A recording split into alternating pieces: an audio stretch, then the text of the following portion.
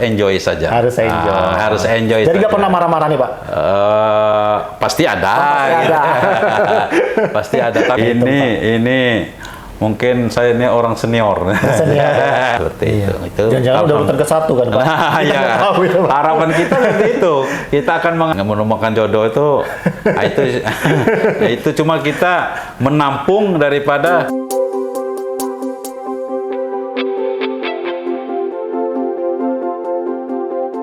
Assalamualaikum warahmatullahi wabarakatuh. Halo Sanak Religi. Waalaikumsalam warahmatullahi wabarakatuh. Udah disambut langsung salamnya sama Pak Farizal.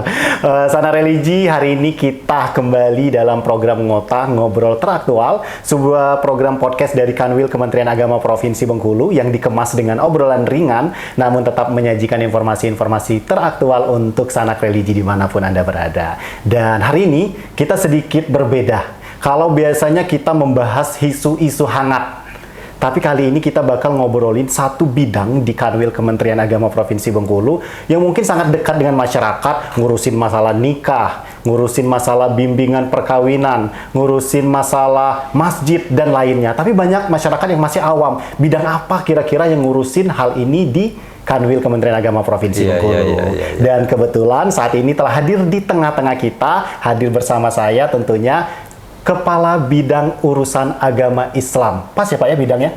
Pas. Pas, Kepala Bidang Urusan Agama Islam, Bapak Farizal Esos MSI, yang akan menceritakan kepada kita semua tentang bidang urusan agama Islam. Assalamualaikum Pak. Waalaikumsalam warahmatullahi wabarakatuh. Masya Allah. Sehat Pak? Alhamdulillah. Bapak di bidang Urais ya Pak ya? Iya. Saya itu sering banget Pak lewat di ruang Urais. Setiap lewat di ruangan Urais itu pasti staf-staf Bapak itu sibuk, nggak ada yang santai. Pokoknya rame gitu Pak dengan pekerjaan-pekerjaan. Sebenarnya apa sih yang dikerjakan oleh Urais, atau kalau kita dekatkan dengan masyarakat, pelayanan apa sih sebenarnya yang diberikan oleh Urais kepada masyarakat? Oke, terima kasih. Assalamualaikum warahmatullahi wabarakatuh. Waalaikumsalam. Alhamdulillah, memang bidang Urais ini sangat-sangat menarik. Setelah saya di bidang Urais, saya mendalami banyak hal-hal penting. Hal penting yang ada di bidang Urais ini dikarenakan saya melihat bidang Urais ini mulai dari lahir sampai dengan mati diurusi di Bimas Islam ini sendiri, seperti itu. Jadi asik betul di bidang Urais ini sendiri. Kami di bidang Urais ini pertama itu ada mengurusi daripada tentang hisab ruqyat dan kemasjidan. Betul. Hisab ruqyat dan kemasjidan ini sendiri. Kita dalam setiap tahun kita bersama-sama kemarin di Pantai Panjang, asik betul kita mengamati sambil melihat debaran ombak. Kita juga masih melihat fenomena alam untuk menentukan daripada Ramadan, kemudian juga satu Syawal, Idul Fitri, kemudian juga Idul Adha. Nah ini jadi apabila muncul untuk jadwal daripada untuk Rukyatul Hilal, bahwa masyarakatnya pasti akan bertanya kapan kita puasa, kapan kita lebaran, kapan kita melaksanakan daripada Idul Adha itu sendiri. Nah kemudian yang kedua kita ada di kepenghuluan. Kepenghuluan. Nah, ini lebih asik lagi ini lebih asik lagi kita ini. Nah, kita ada di 128 KUA. Itu tersebar 128. Itu tersebar di Provinsi Bengkulu. Nah, ini kami baik pendataan masalah angka perceraian, kemudian juga masalah binwin, berapa jumlah pernikahan dalam setiap bulan. Nah itu terdata di kepenghuluan ini sendiri. Nah ini sangat-sangat asik. Sangat asik. Termasuk juga kami ini sebagai di Ketua BP4. Wah ini lebih asik lagi nih, banyak daripada pasangan-pasangan muda, pasangan tua yang datang di bidang Urais ini. Bermacam-macam persoalan rumah tangga yang memang yang harus kita selesaikan seperti itu. Jadi BP4 ini kalau tadi yang KUA urusannya menikahkan, BP4 ini kalau ada masalah keluarga ya? Menyelesaikan. Kita ajak berembuk. Ada yang memang usia 50 tahun, ada yang lebih 55 tahun datang di bidang Urais. Kita tanya permasalahannya apa Pak? Ini permasalahan apa Bu? Gini Pak, masalah rumah tangga. Ayo kita rembukkan bersama gimana ini solusi-solusi yang kan. Walaupun kadang-kadang kita ini lebih mudah daripada yang dinasehati. Namun dengan kekompakan kami tim, kadang-kadang tim itu saling-saling masuk. Besoknya juga hari ini datang menangis, besoknya datang tertawa. Seperti itu. Ini menarik Pak. Kalau kita ngomongin orang yang minta nasihat pernikahan nih, nasihat karena ada permasalahan keluarga. Biasanya di Provinsi Bengkulu ataupun yang meminta nasihat kepada BP4 yang Bapak pimpin, apa masalah yang paling banyak nih Pak dihadapi oleh rumah tangga yang ada di Provinsi Bengkulu ini? Oke, ini saya melihat ini banyak pasangan muda gitu. Banyak pasangan muda yang datang dengan kita, ini masalahnya satu masalah ekonomi gitu. Masalah ekonomi. Masalah ekonomi. Karena saya melihat ini pasangan muda, kemudian yang istri ini mengadu bahwa, Pak, kebutuhan meningkat, tapi suaminya malas gitu. Betul. Ada suaminya yang hobinya cuma ngadu ayam aja gitu. Gitu. Ada yang tapi ada nggak Pak yang judi online gitu Pak misalnya Pak? Ada. Gitu. Ada yang hobi cuman tidurnya siang terus. Gitu kan. Jadi dinasihati oleh istrinya juga tidak mau jadi dia bagaimana solusi di BP4 itu sendiri. Seperti itu. Jadi sebelum mengajukan mungkin di pengadilan, dia dulu kita berkonsultasi ke BP4. Alhamdulillah kita pertemukan antara kedua belah pihak, akhirnya memahamkan bahwa antara kewajiban seorang suami, kemudian kewajiban seorang istri, bagaimana melayani suami, bagaimana melayani istri, jadi asik di situ. Akhirnya yang selama ini bertengkar, akhirnya bisa kembali harmonis lagi. Jadi kalau kita lihat ya Pak ya, pengadilan itu menceraikan, tapi kalau target kita jangan sampai cerai. Jangan sampai cerai. Jangan sampai cerai seperti itu. Nah, berarti kan kalau kita lihat Urais ini sangat dekat dengan masyarakat, ada KUA, nikah, hilal, masjid. Nah, bagaimana Bapak menjelaskan ke masyarakat Urais ini apa? Karena kan kadang masyarakat ini taunya Kemenak itu kalau dulu ngurusin haji. Kalau dulu kan tidak tahu ternyata banyak sekali yang diurus oleh Kemenak ini, terutama di bidang Urais. Nah, gimana Bapak menjelaskan ke masyarakat Urais ini loh seperti itu? Jadi kita secara langsung kita ada 128 KUA gitu ya. Nah, kalau memang Urais ini hanya pembinaan mungkin ke Kemenak Kabupaten Kota melalui daripada Bimas Islam, mungkin kepala KUA, bahwa fungsi di bidang Urais ini sendiri tadi saya katakan memang ada di penghuluan, kemudian ada di hisab ruqyat, kemudian juga ada di sarana prasarana, kemudian juga ada paham keagamaan dan kepustakaan seperti itu. Jadi seperti itu. Kalau ormas Islam juga masuk Urais, Pak? Ormas Islam itu di paham keagamaan saja. Kita melihat kalau misalnya itu dia di bidang penais seperti itu. Jadi kita juga masalah kemasjidan gitu. Kita alhamdulillah banyak sekali sekarang seperti sekarang. Banyak sekali daripada animo masyarakat, pengurus-pengurus masjid, baik yang baru berdiri maupun yang lama, itu minta di kita untuk melaksanakan daripada mengukur arah kiblat gitu. Mengukur arah kiblat. Dikarenakan banyak sekali masjid-masjid yang selama ini mungkin dia merasa benar dan dulu memang dilihat aja di matahari. Tapi kita ukur, ini harus ada selisih-selisih yang memang menghadapnya kemana seperti itu. Ngomong-ngomongin arah kiblat nih Pak, kemarin kan sempat saya lihat Bapak tuh sibuk bikin konten, sudah itu tuh wawancara di beberapa media ngomongin tentang Rasdul Kiblat kalau nggak salah. Nah itu sebenarnya fenomena apa sih Pak? Jadi kemarin kita ini dalam rangkaian memperingati bulan Muharram ya. Jadi bulan Muharram kita ini ada gerakan dari Bimas Islam bahwa ini adalah Indonesia berkiblat seperti itu atau Rasdul Kiblat. Nah, ini fenomena alam bahwa pada tanggal 15 dan 16 Juli 2026 pada pukul 16.27. Kalau di sini kalau di Arab Saudi berarti waktu zuhur di sana, 12.27. Kalau ini kan 4 jam mundur. 4 jam mundur. 4 jam di sana mundur. itu benar-benar di tengah hari. Jadi di tengah hari, matahari itu memang betul-betul di atas. Jadi posisinya tepat di atas Ka'bah seperti itu. Nah, jadi kita di sini pukul 16.27. Jadi kita kemarin mengukur, dikenakan ini adalah gerakan nasional Nusuk Kiblat ini. Nah, kita ukur kemarin. Maka kita sudah berapa hari mengumpulkan daripada masyarakat, kemudian menginformasikan, kemudian juga kita membuat konten-konten untuk mengajak daripada masyarakat, khusus di Provinsi Bengkulu, dikarenakan kita harus mencapai target itu 30.300 titik yang harus kita laksanakan itu minimal.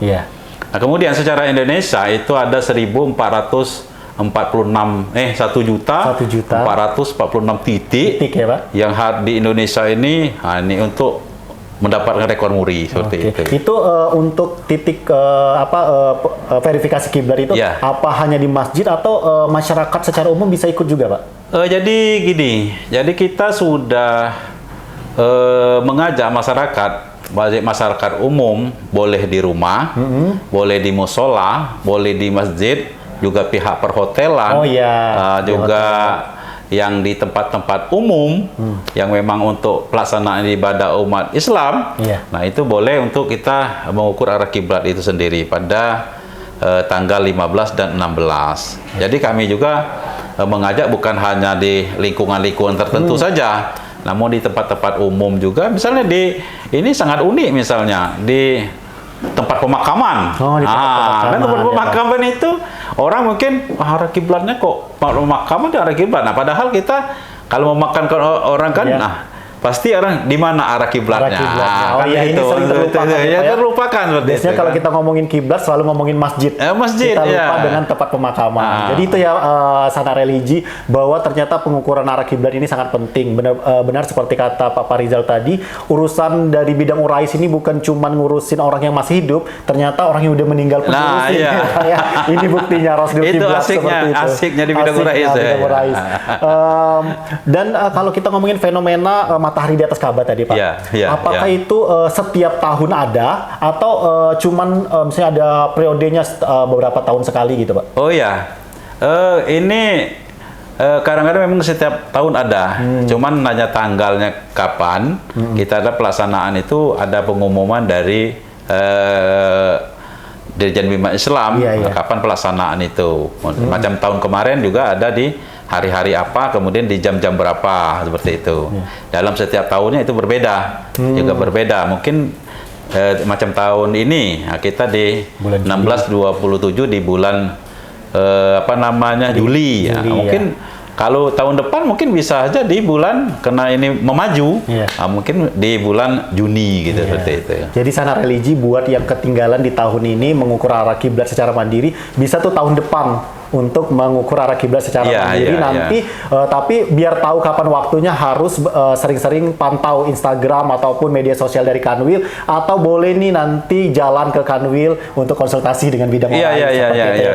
Nah, Pak, kalau kita ngomongin lagi arah kiblat, terkadang nih kan setelah diukur ternyata ada bergeser nih, Pak. Bergeser. Nah, kalau masjid nih, Pak, gimana? Apakah mereka harus merobohkan bangunannya terus ubah arah kiblat, atau ada solusinya? Bagaimana ini, Pak?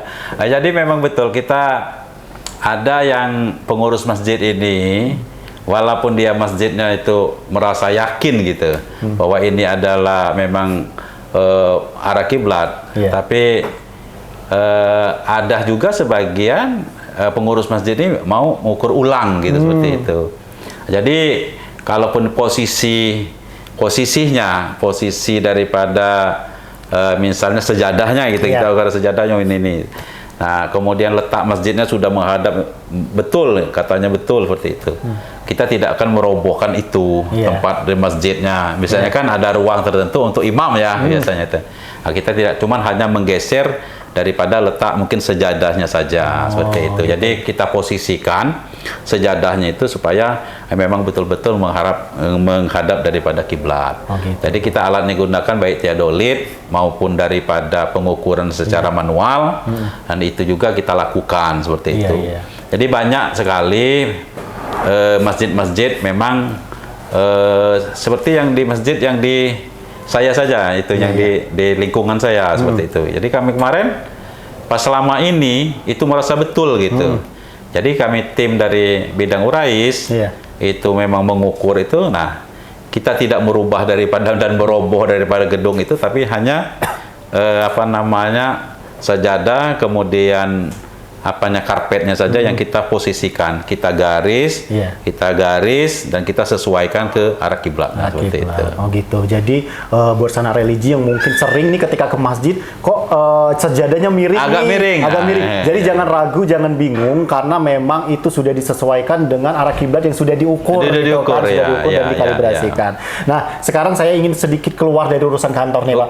Oke. Kalau lagi di kantor kan Bapak ini sebagai kepala bidang urusan agama Islam. Kalau sudah lepas nih baju dinasnya, biasanya ngapain Pak di luar? Seorang Pak Rizal seperti itu, seorang Bapak Pak Rizal Kabid Urais di luar. Ya kita di luar, kalau sudah dilepas baju, pasti kita ada di masyarakat. Ada di masyarakat. Apa gitu. ada jabatan Pak RT, RW mungkin? Alhamdulillah. Dikenal di bidang Urais ini kita dipercaya juga jadi ketua pengurus masjid masjid. Di BKM juga. Di BKM, Pak. Ya. Jadi pulang kantor kita sudah jam 4 lah sampai jam 5. Nah, cuman hanya mungkin sore hari kita isi dengan olahraga ringan kan seperti itu. Apa Pak biasanya olahraganya Pak? Kita ikut main badminton di lingkungan, dan kemudian juga tenis meja juga. Nah, kemudian juga kita sekarang ini dikenakan media sosial. Nah, kita senam lihat YouTube saja. Kalau TikTok Pak, scroll TikTok juga. 15 menit ada YouTube itu sangat berkeringat sekali, apalagi di ruangan tertutup. Jadi strukturnya itu YouTube gitu ya? YouTube. Oke. Memang ternyata sekarang generasi-generasi di atas kita gitu kan ya, generasi belum tua ya Pak ya, generasi dewasa gitu. Juga mengikuti perkembangan teknologi ya Pak ya, baru tua. Nah jadi Pak, ini menarik nih Pak, berarti kan Bapak selalu mencari ruang-ruang untuk memanfaatkan waktu kosong.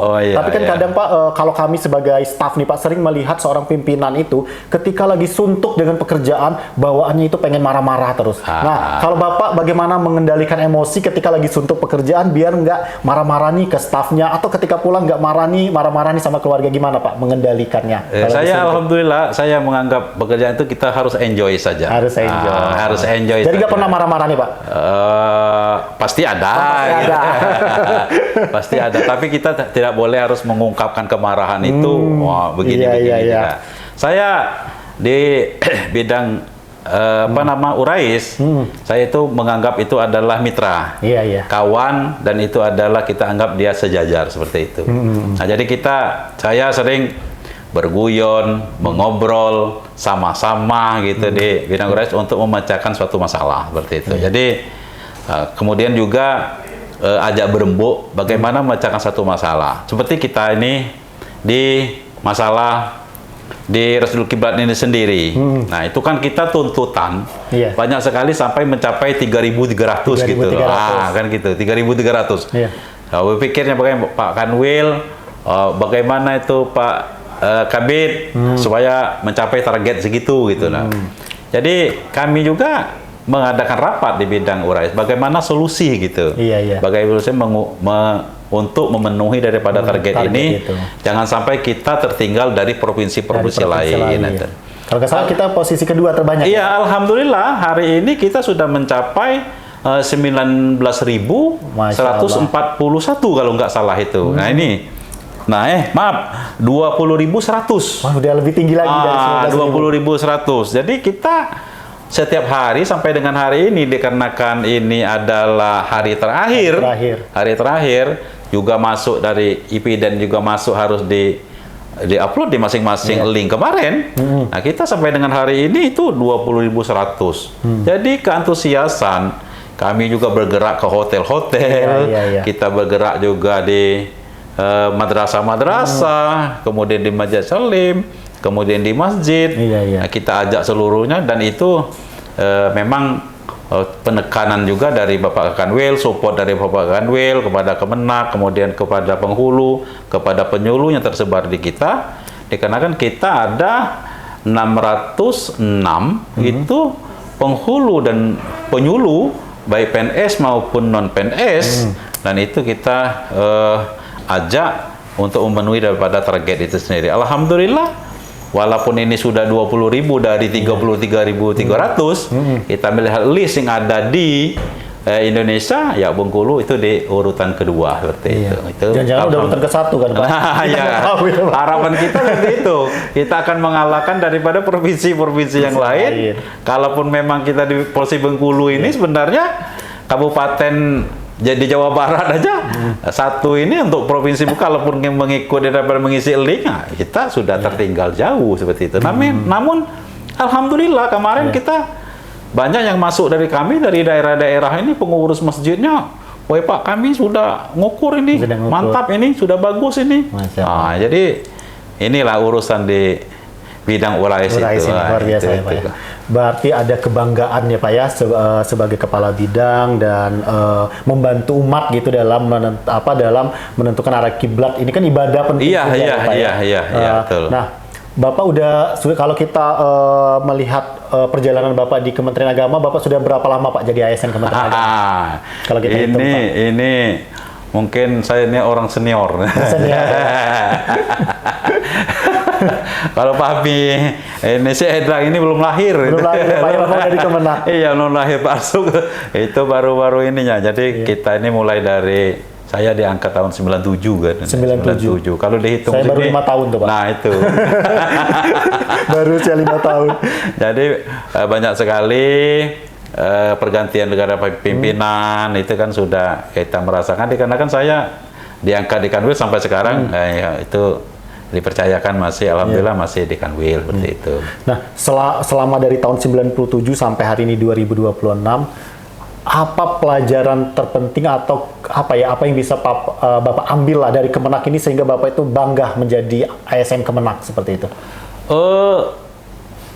Kita ini memang ini ya, saya merasakan bahwa di Kementerian Agama ini memang kita merasa bangga. Jadi orang Kementerian Agama ini kita merasa bangga dikarenakan kita di Kementerian Agama ini bisa melayani umat, kita itu bisa mendampingi umat, sekaligus kita bisa memberikan informasi-informasi terbaik kepada umat, melayani masyarakat, bahwa di Kanwil Kementerian Agama Provinsi Bengkulu ini sudah lengkap, baik bidangnya maupun dari pembimasnya, 5 agamanya, dan juga di tupoksi, kemudian di masing-masing bidang itu sudah mencakup untuk pelayanan dalam masyarakat itu sendiri.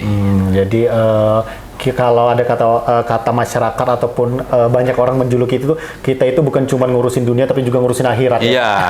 Jadi sampai dari lahir sampai dengan mati. Nah, kalau udah itu juga dari itu. Kita ini itu yang diurusi oleh kita. Mungkin di bidang URAISnya seperti itu gitu loh. Mulai dari orang nikah, kemudian ada permasalahan rumah tangga, kemudian juga masalah rujuknya, masalah perceraiannya, kemudian juga masalah menemukan jodoh. Menemukan jodoh itu itu cuma kita menampung daripada hasil perjodohan. Itu ada di bimbingan pernikahan. Ini kalau kita bicara masalah di bimbing pernikahan itu lebih asik lagi Pak Endang. Oke Pak, sekarang sebelum kita tutup kebersamaan kita di Ngota edisi kali ini, kira-kira apa yang ingin Bapak sampaikan? Mungkin sebuah pesan, boleh untuk Kementerian Agama, boleh tuh untuk staf Bapak di URAIS, atau pesan apapun yang mungkin ini penting Bapak sampaikan biar bisa kita ambil bersama pesan tersebut. Jadi hal penting yang harus kita jaga adalah kita ini adalah seorang ASN gitu. ASN, dan kita juga harus mengetahui diri pribadi kita masing-masing gitu tuh. Jadilah ASN yang baik. Jadilah untuk orang disiplin, dikarenakan kita ini adalah orang Kementerian Agama seperti itu. Junjung tinggi daripada Kementerian Agama ini sendiri. Supaya mengapa? Supaya kita ini bisa menunjukkan bahwa ini kita orang Kementerian Agama, kita ini adalah orang yang bisa melayani, kemudian kita bisa untuk memberikan pelayanan terbaik kepada masyarakat seperti itu. Jadi kalau kita menjadi diri sendiri, kita menyadari bahwa juga kita makannya dari Kementerian Agama ini, ayo kita menyadari bahwa kita ini adalah seorang pribadi yang memang untuk mengabdi guna untuk di masyarakat seperti itu. Baik, jadi pengabdian setulus hati dan juga berikan pelayanan terbaik, pelayanan prima kepada masyarakat seperti itu. Karena Kemenak ini bukan cuma hanya melayani masyarakat, tapi juga melayani umat. Gitu ya, Pak, ya. Baik, terima kasih Pak Farizal atas waktu dan kesempatannya hari ini, ngobrol santainya, dan akhirnya kita semakin dekat dan semakin kenal dengan Urais. Dan masyarakat pun, sanak religi dimanapun berada, akhirnya tahu bahwa di balik pelayanan keagamaan yang kita dapatkan selama ini ternyata ada banyak tangan-tangan yang bekerja, staf-staf dari Urais yang memberikan pengabdian terbaik dan pelayanan terbaiknya untuk masyarakat. Terima kasih untuk sanak religi, dan saya Endang Saputra pamit undur diri. Jangan lupa untuk selalu follow, subscribe, dan like seluruh akun ataupun kanal media sosial kita. Sampai jumpa di Ngota edisi berikutnya. Wassalamualaikum warahmatullahi wabarakatuh.